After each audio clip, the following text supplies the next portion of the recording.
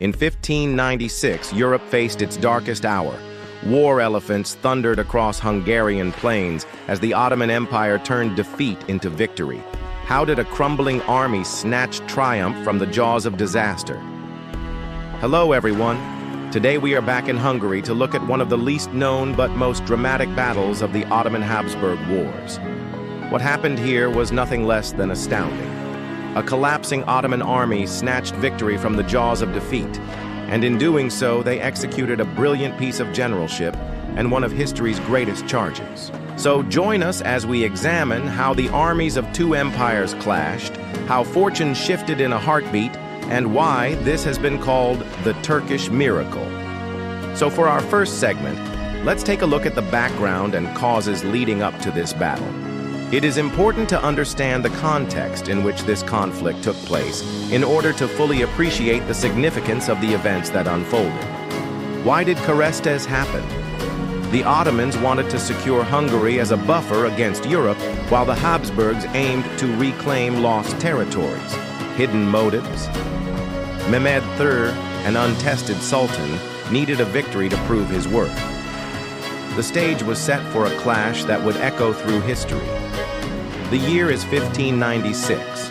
The location is Karansebes, Hungary, then a part of the Habsburg-ruled Kingdom of Hungary and today known as Serbia. Tensions are high as the mighty Ottoman Empire, also known as the Turkish Empire, prepares to face off against the Habsburg forces, who control much of Central and Eastern Europe. Now the Ottoman Empire, under the rule of Sultan Murad III, was at its peak, stretching from the Middle East to the edges of Eastern Europe. The Habsburg dynasty, on the other hand, controlled vast territories in Europe, including Spain, Austria, and parts of Italy and the Netherlands.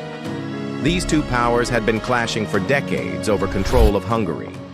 And by 1596, the Ottomans were eager to expand their empire further into Europe. Sultan Mehmed III, only 30, led the Ottoman army himself, a rare move for a sultan. Advised by Grand Vizier Damat Ibrahim Pasha, he relied on elite janissaries and Crimean Tatar cavalry. Their secret weapon? War elephants, a nod to ancient Persian and Indian tactics, unseen in Europe for centuries.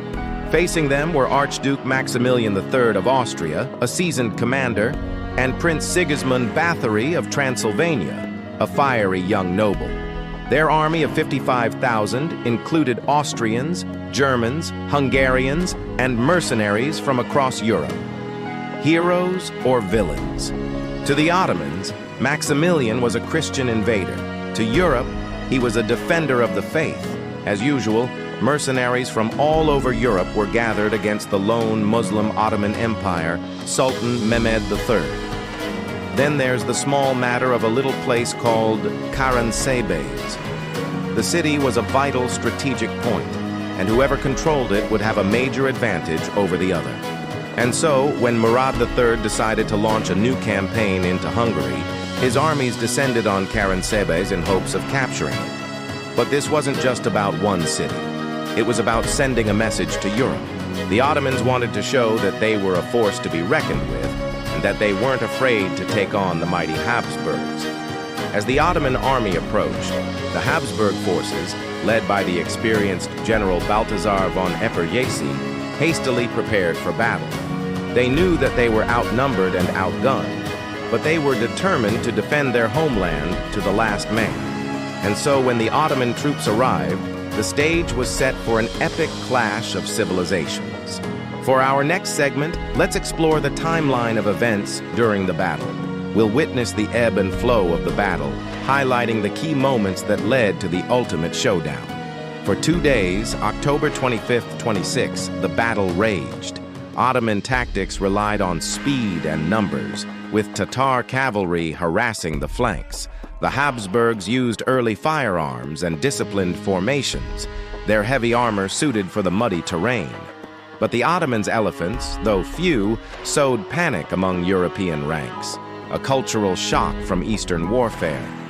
On the first day of the battle, the Ottoman army, under the command of Grand Vizier Kuyuku Murat Pasha, began their assault on the Habsburg forces. the Ottomans were a formidable force, with thousands of infantry and cavalrymen armed with swords, spears, and firearms. The Habsburg army, though smaller, was made up of some of the most skilled and experienced soldiers in Europe. As the battle raged on, it became clear that the Ottomans had the upper hand. Their superior numbers and firepower began to take its toll on the Habsburg forces, who were forced to retreat into the city of Karansebes. But as the sun began to set on the first day of the battle, the tide began to turn. The Ottoman troops, exhausted and demoralized, started to make mistakes. And suddenly, the Habsburg forces saw their chance. Led by the valiant General Eperjesi, the Habsburgs launched a counterattack, driving the Ottomans back from the city walls. By nightfall, the Ottoman army had suffered heavy losses and was in full retreat.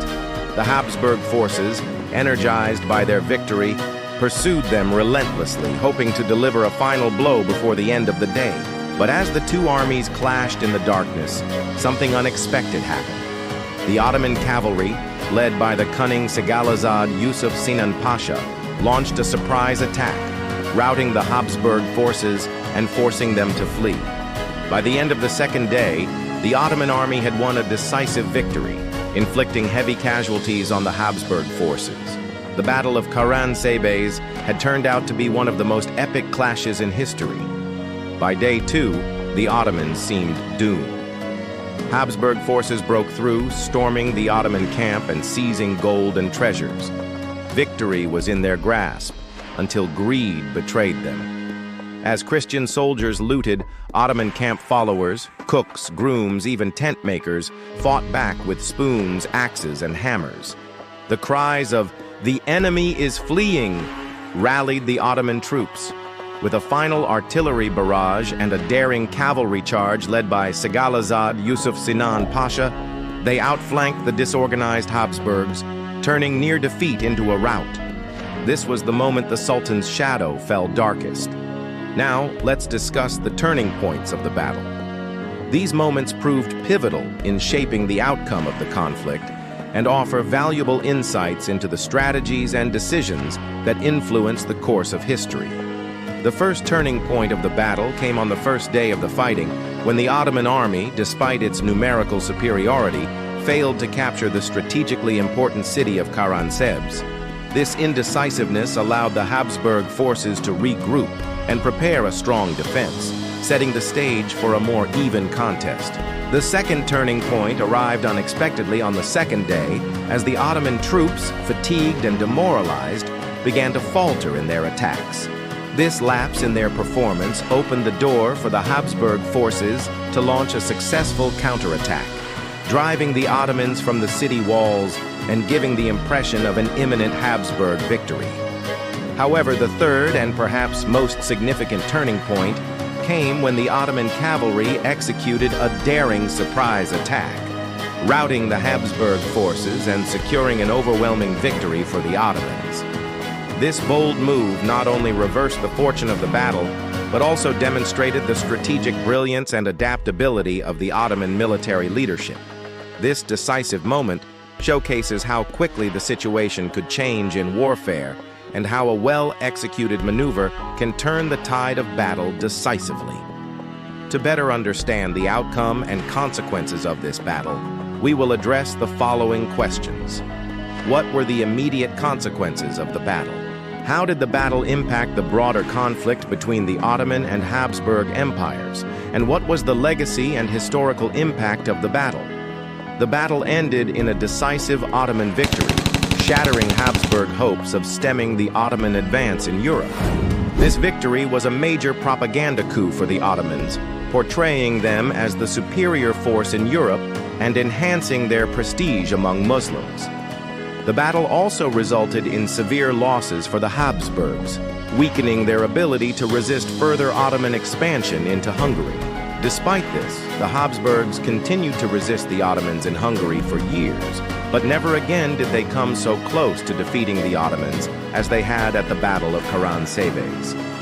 In terms of casualties, Ottoman sources claim that they killed or wounded 12,000 Habsburg soldiers, while Habsburg chroniclers estimated Ottoman losses at 17,000 men. These figures, though often exaggerated in wartime, indicate the truly massive scale of the battle and the significant losses both sides endured. The actual numbers may never be known, but the human cost of the battle was undeniably great.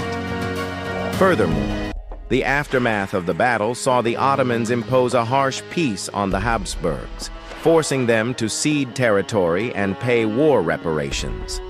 The battle's impact extended beyond the immediate region, contributing to the growing tensions and conflicts between the Ottoman and Habsburg empires across Europe and the Middle East. Finally, the battle as a legacy lived on in the historical narratives of both empires, with each side portraying themselves as the victors and downplaying their own losses. The battle became a source of national pride and a tool of propaganda, shaping how each empire viewed itself and its adversaries.